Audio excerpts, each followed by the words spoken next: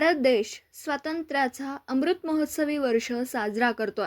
मात्र आजही रायगडच्या पेण तालुक्यातील जय भीमनगर, मुंगोशी बौद्धवाडीसारख्या गावाला रस्त्यासाठी पराकोटीचा संघर्ष करावा लागतोय. ही खेदाची व लाजीरवाणी बाब असल्याचं ग्रामस्थांनी म्हटलं. या गावाला वर्षानुवर्ष हक्काचा रस्ताच नाही, ही मोठी शोकांतिका. पिढ्यानपिढ्या या गावाला रस्ता मिळावा यासाठी ग्रामस्थांनी शासन दरबारी चपला झिजवल्या, आंदोलनं केली, आमरण उपोषणं व लेखी पत्रव्यवहार केले, पण रस्ता काही मार्गी लागलाच नाही. रस्त्याअभावी गावकऱ्यांचे अतोनात हाल होत आहेत. येथील विद्यार्थी, गर्भवती महिला, रुग्ण व वयोवृद्ध ग्रामस्थ यांना दैनंदिन काट्याकुट्याची व खडतर वाट तुडवत यावं लागतंय. पावसाळ्यात तर ग्रामस्थांची मोठी वरफट होते. सर्प व कीटक यांपासून त्यांच्या जीवाला धोका जाणवतो. या जीवनावश्यक व मूलभूत प्रश्नावर बहुजन विद्यार्थी संघटनेचे राज्याध्यक्ष अनिल वाणी यांच्या नेतृत्वात मंगोशी ग्रामस्थांनी रायगड जिल्हाधिकारी किशन जावळे यांची गुरुवारी भेट घेतली व मागणीचं निवेदन दिलं. या रस्त्याचे काम जलद गतीने पूर्ण करावं, अन्यथा रायगड जिल्हाधिकारी कार्यालयासमोर मंगोशी ग्रामस्थ आमरण उपोषणास बसतील असा इशारा निवेदनाद्वारे दिला. मंगोशी बौद्धवाडीच्या ग्रामस्थांनी रायगड जिल्हाधिकारी किशन जावळे यांना रस्त्यासाठी आपण विशेष लक्ष घालावं व हा प्रश्न मार्गी लावावा असं साकडं घातलं. यावेळी रायगड जिल्हाधिकाऱ्यांनी तत्काळ पेण प्रांताधिकारी प्रवीण पवार यांना फोन लावला व पहा बरं, मंगोशी बौद्धवाडीच्या रस्त्याचं काम कोण अडवतं. रस्ता हा ग्रामस्थांचा मूलभूत हक्क व अधिकार आहे. त्यांना रस्ता मिळाला पाहिजे, यासाठी प्रशासन स्तरावर सकारात्मक भूमिका घ्या. या कामी कोणी जाणीवपूर्वक नाहक अडथळे आणण्याचा प्रयत्न करीत असतील तर त्यांच्याकडे कडक कारवाई करा. आवश्यकतेनुसार ॲट्रॉसिटी ॲक्ट अंतर्गत गुन्हे दाखल करा असा आदेश यावेळी देण्यात आला. यावेळी प्रांताधिकारी प्रवीण पवार यांनी तात्काळ मंगोशी बौद्धवाडीला तात्काळ भेट देऊन सदर रस्त्याचं काम मार्गी लावलं जाईल असं स्पष्ट केलं.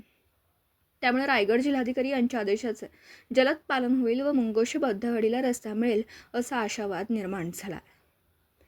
यावेळी बहुजन विद्यार्थी संघटना राज्याध्यक्ष अनिल वाणी, रायगड जिल्हाध्यक्ष अमित गायकवाड, भारतीय बौद्ध महासभा पेणचे अध्यक्ष चंद्रकांत सोनवणे, महाराष्ट्र परिवर्तनवादी पत्रकार संघाचे अध्यक्ष धम्मशील सावंत, रमेश जाधव, राहुल कांबळे तसेच मंगोशी ग्रामस्थ जगदीश भोजने, प्रज्ञाताई भोजने, प्रमोद भोजने, नितीन भोजने, रोशन भोजने, मनोहर ओव्हाळ आदींसह ग्रामस्थ व बहुजन विद्यार्थी संघटनेचे पदाधिकारी उपस्थित होते. सर, काय सांगाल? जिल्हाधिकारी कार्यालयामध्ये आपण रायगड जिल्हाधिकारी किशन जावळे यांची भेट घेतली.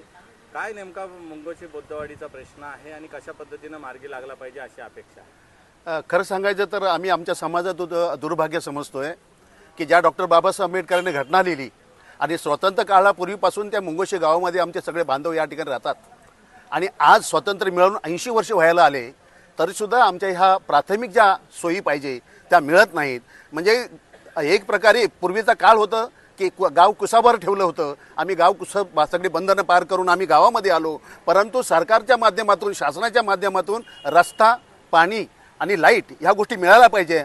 त्या गोष्टीसाठी आम्हाला आताही पायपीट करावी लागते. आमच्या भगिनींना रात्री बेरात्री काही वेळा साहेब तर प्रश्न इतके गंभीर आहेत की आजारी माणूस पडला तर त्याला न्यायचं कसं? वरून पाऊस पडतोय, खाली पाणी साचलेलं आहे, नाले वाहत आहेत आणि अशा लोकांना डोलीमध्ये घालून बांधून, काठीला बांधून त्यांना हॉस्पिटलमध्ये, म्हणजे शहरापासून 7 किलोमीटर अंतरावर असलेलं गाव आणि मुंबई गोवा हायवेपासून 5 किलोमीटर असलेलं गाव, या गावाची स्वातंत्र्य काळानंतर सुद्धा 80व्या वर्षामध्ये आपण हे पाऊल टाकतोय आणि त्या क्षणामध्ये सुद्धा आमच्या गावकऱ्यांना, आमच्या बंधू भगिनींना त्या ठिकाणी या पद्धतीचं निदर्शन करावं लागतं, संघर्ष करावा लागतो. खरोखर आज ही शासनाला माझी विनंती आहे की शासनाने आमची खूप परीक्षा पाहिली, आमच्या भगिनींची खूप परीक्षा पाहिली, पण आता आम्ही सुद्धा कंटाळलोय. आम्हाला एवढा कंटाळा आला की आम्ही जगावं की नाही जगावं. ज्या प्राथमिक आम्हाला सोयी पाहिजे त्या प्राथमिक सोयी जर आम्हाला मिळत नसतील तर मग त्या डॉक्टर बाबासाहेब आंबेडकरांनी जो कायदा दिला त्या कायद्याचा आम्हाला उपयोग तरी कधी होणार आहे?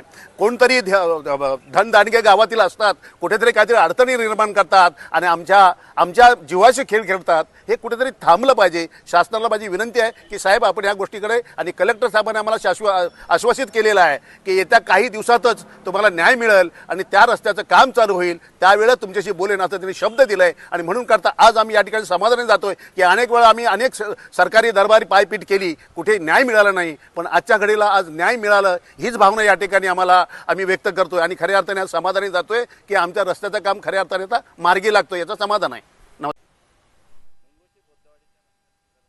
आंदोलनं झालेली आहेत आणि आपण या लढ्यामध्ये सातत्यानं सहभागी होता. काय प्रतिक्रिया आहे नेमकी? आज जिल्हाधिकारी यांची स्वतः आपण भेट घेतलेली आहे, निवेदन दिलेलं आहे. आज आम्ही जिल्हाधिकारी कार्यालयामध्ये आलो, जिल्हाधिकारी साहेबांची भेट घेतली. अगदी चांगल्या पद्धतीने त्यांनी प्रतिसाद दिला आणि त्यांनी सांगितलेलं आहे.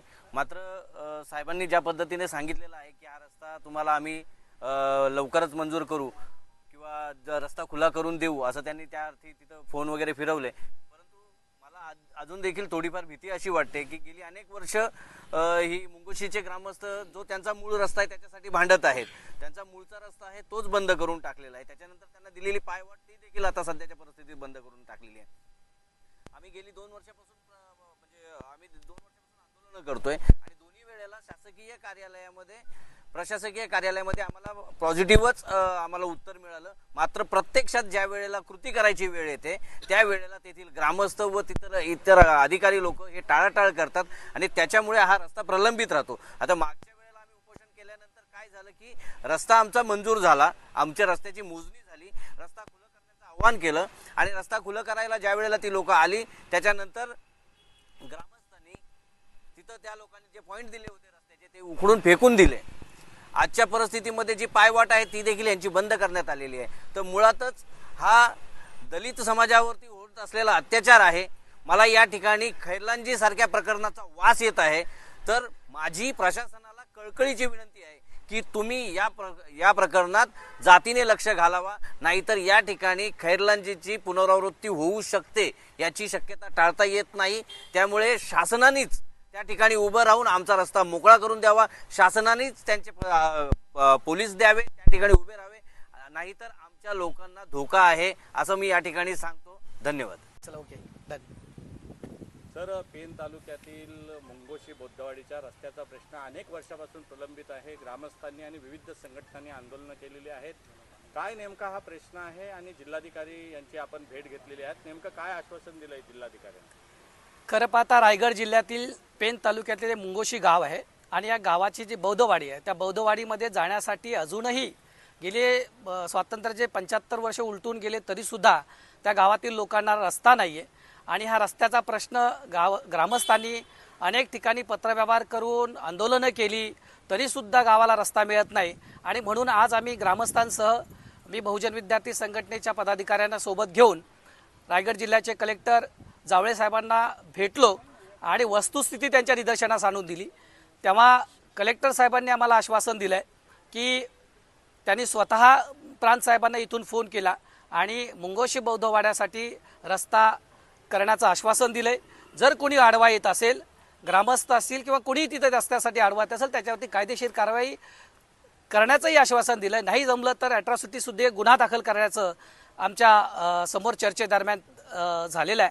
आणि गेल्या अनेक वर्षांपासून म्हणजे महाराष्ट्र हे पुरोगामी राज्य आहे आणि पुरोगामी राज्यामध्ये गाव तिथं रस्ता ही राज्याची भूमिका आहे. आणि गेल्या अनेक वर्षांपासून म्हणजे जन्मापासून तिथं जी वस्ती उभी राहिलेली आहे तिथपासून आजपर्यंत तुम्ही रस्ता देत नसेल आणि तेही अगदी पेन म्हणजे मुंबई गोवा हायवेच्या लागून रस्ता गाव आहे आणि अशा गावाचं दुर्लक्षितपणा होत असेल किंवा तिथं जातवाद होत असेल किंवा शेतकरी नागरिकांना जाण्यासाठी बंदी घालत असतील तर हे अत्यंत चुकीचं आहे आणि इथं निषेध व्हायला पाहिजे खऱ्या अर्थानं.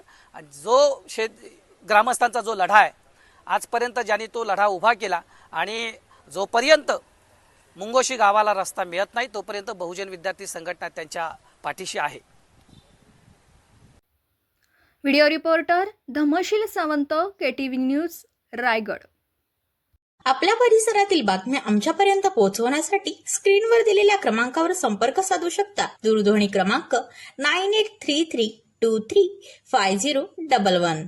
त्याचप्रमाणे अधिक माहितीसाठी स्क्रीनवर दिलेल्या KTV न्यूजच्या ईमेल आयडीवर देखील संपर्क करता येईल.